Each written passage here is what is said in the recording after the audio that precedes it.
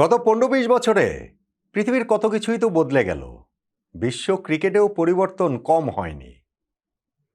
কিন্তু ধ্রুবতারার মতো স্থির হয়ে কিং কোহলি থেকে গেছেন কিং কোহলি, যিনি রান তাড়া করার সময় বিস্ট মুডে চলে যান।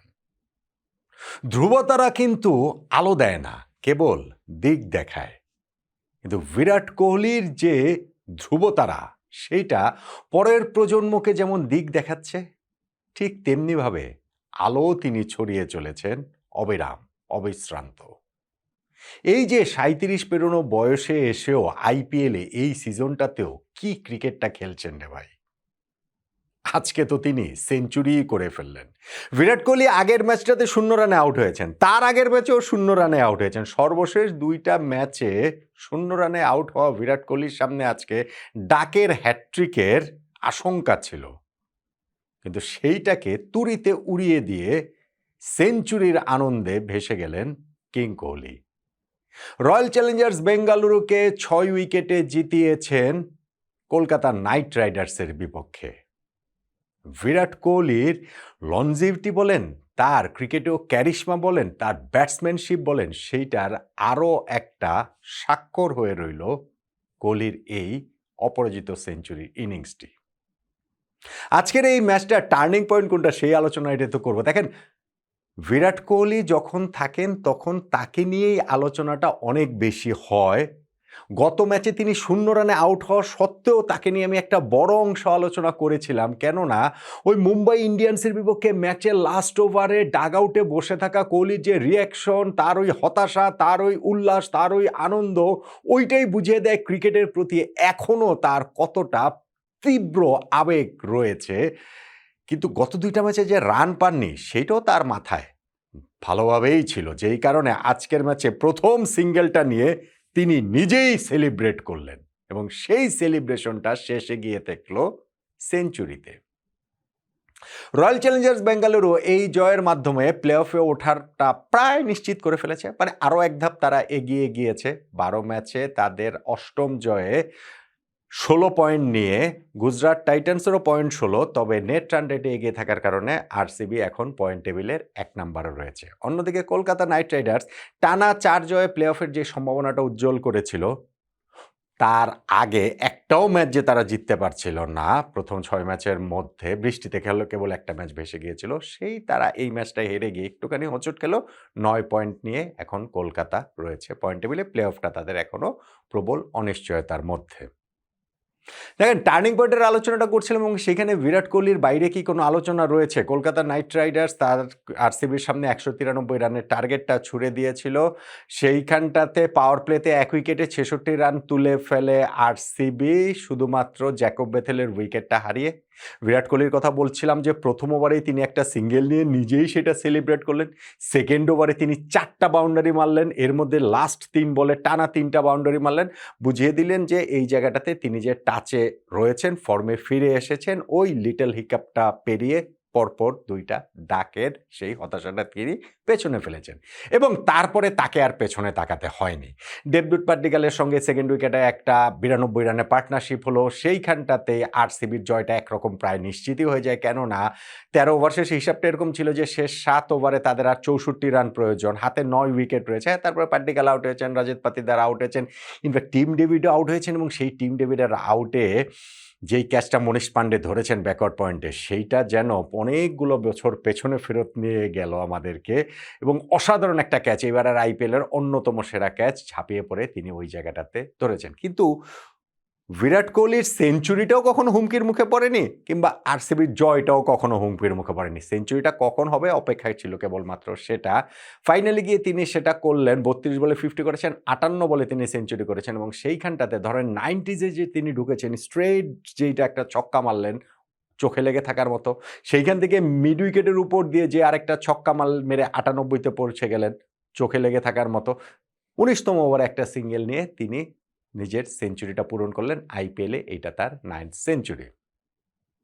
বিরাট কোহলি আজকের এই ম্যাচটাতে আরও কিছু রেকর্ড করেছেন। আইপিএলে এইটা তার 279 নাম্বার ম্যাচ। আইপিএলের ইতিহাসে সর্বোচ্চ ম্যাচ খেলার রেকর্ডটা এখন কেবলমাত্র তার হয়ে গেল, যেইটা এতদিন ছিল এককভাবে মহেন্দ্র সিং ধোনির। লাস্ট ম্যাচটাতে কোহলি এবং কোহলির আরসিবি, রোহিত শর্মার মুম্বাই ইন্ডিয়ান্স যে মুখোমুখি হয়েছিল, সেখানে কোহলি এবং রোহিত দুইজনই মহেন্দ্র সিং ধোনির পাশে বসেছিলেন। এই ম্যাচটাতে তাকে ওই দুজনকে ছাড়িয়ে গিয়ে কোহলি এখন আইপিএলের সর্বোচ্চ ম্যাচ খেলা তার হয়ে গেল। এবং টি-20 ফরম্যাটে বিরাট কোহলির 14,000 রান আজকে পূর্ণ হলো। ওয়ার্ল্ড ক্রিকেটে এর আগে টি-20 ফরম্যাটে 14,000 রান পূর্ণ করেছেন আর মাত্র 5 জন batsman: Chris Gayle, Kieron Pollard, Alex Hales, David Warner এবং জশ বাটলার। কিন্তু কোহলির যেটা রেকর্ড, একটা তো প্রথম ভারতীয় হিসেবে 14,000 রান পূরণ করলেন টি-20তে, আর বিশ্ব রেকর্ড যেটা, সেটা হচ্ছে গিয়ে সবচেয়ে কম ইনিংস খেলে তিনি এই রেকর্ডটা করলেন। সেইটা ক্রিস গেইলের, যেটা ছিল 423 ইনিংসে, সেটাকে বিরাট কোহলি কত 409 ইনিংসে মনে হয় তিনি সেটাকে আসলে এই 14,000 রানের মাইলফলকে পৌঁছে গেলেন, যখন তিনি 78 রানে পৌঁছেছেন। কিন্তু 78 পৌঁছে তো আর তিনি থাকেননি, তিনি সেটাকে সেঞ্চুরিতে কনভার্ট করেছেন, দলকে তিনি জিতিয়েছেন এবং ওই অরেঞ্জ ক্যাপ থেকেও আর খুব একটা দূরে তিনি নাই, 3 নম্বরে এখন রয়েছেন।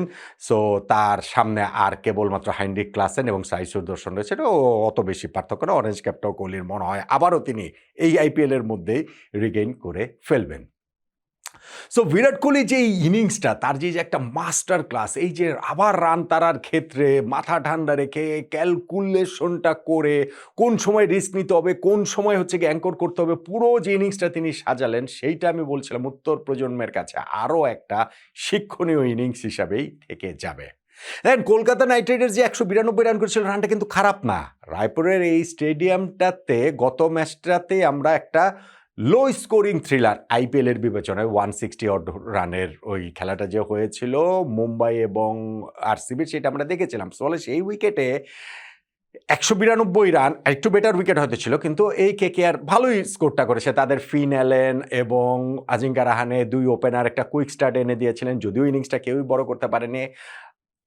রাঘবংশীকে কেন্দ্র করে তাদের ইনিংসটা আবর্তিত হয়েছে, যিনি 71 রানের একটা ইনিংস খেলেছেন এবং শেষে গিয়ে ক্যামেরন গ্রিনও আসলে কিছু রান করলেও স্ট্রাগলই করেছেন, কিন্তু শেষে গিয়ে 29 বলে 49 রানের একটা ইনিংস খেলেছেন রিঙ্কু সিং, যেই কারণে কলকাতার স্কোরটা 192 পর্যন্ত পৌঁছে যায় এবং তারা ভেবেছিল হয়তো বা এইখানটাতে তারা ম্যাচ জেতার চান্স তাদের রয়েছে, টানা 5ম জয়ের চান্স কলকাতার রয়েছে। কিন্তু সেটা তার হলো না, কেননা গত 2 ম্যাচে 0 রানে আউট হওয়া বিরাট কোহলি রান তারার সময় আরও একবার বিস্ট মুডে চলে এলেন, আরও একবার বিস্ফোরক একটা সেঞ্চুরি করলেন, আরও একবার দলের জয় নিশ্চিত করেই তিনি ক্রিজ ছাড়লেন। এই ম্যাচটা তাহলে টার্নিং পয়েন্ট কোনটা? একটা আপনি মোটা দাগে বলতে পারেন যে গত 2টা ম্যাচে খারাপ করার কারণে কোহলির ভিতরে ভালো করার যে তাড়নাটা, এবং তিনি এটা করবেন, এর পক্ষে আপনি বাজিও লাগতে পারতেন। সো ওইটাকে আপনি একটা বলতে পারেন। কিন্তু আমি যদি আরেকটু স্পেসিফিক হই, এই ইনিংসটার ক্ষেত্রে তার একটা লাইফের মতো কিন্তু কোহলি পেয়েছিলেন পাওয়ার প্লের মধ্যেই, যখন তার রান ছিল 21, কাভারের উপরে দিয়ে বল উড়িয়ে মারতে চেয়েছিলেন এবং পাওয়েল কিন্তু বলটা পেয়ে গিয়েছিলেন 2 হাতে, কিন্তু ধরে রাখতে পারেননি, স্লিপ করে বেরিয়ে গিয়েছিল। 21 রানে বিরাট কোহলিকে আউট করতে পারলে হয়তো বা কলকাতা নাইট রাইডার্সের এই ম্যাচ জয়ের একটা চান্স থাকলেও থাকতে পারত। যখন সেই সুযোগটা তারা মিস করেছে, কোহলি তো আর মিস করতে পারেন না, এবং এই ম্যাচে তিনি সেঞ্চুরিটাও মিস করেন। এইবারের আইপিএলে প্রথম সেঞ্চুরি, আইপিএলে সব মিলিয়ে 9ম সেঞ্চুরি, এবং যেটা বললাম আইপিএলের সর্বোচ্চ ম্যাচ খেলার রেকর্ড। টি-20 ফরম্যাটে 14,000 রান, ষষ্ঠ ক্রিকেটার হিসেবে দ্রুততম ইনিংসের হিসাবে এই 14,000 রানে তিনি পৌঁছে যাওয়া এই ম্যাচটা কোহলির এই কীর্তিধন্য যেই ম্যাচে আরসিবি 6 উইকেটে হারিয়ে দিল কলকাতা নাইট রাইডার্সকে, সেইটাতে টার্নিং পয়েন্ট তাই 21 রানের সময় কোহলির ওই লাইফটাই। নাকি অন্য কিছু কি বলবেন আপনি?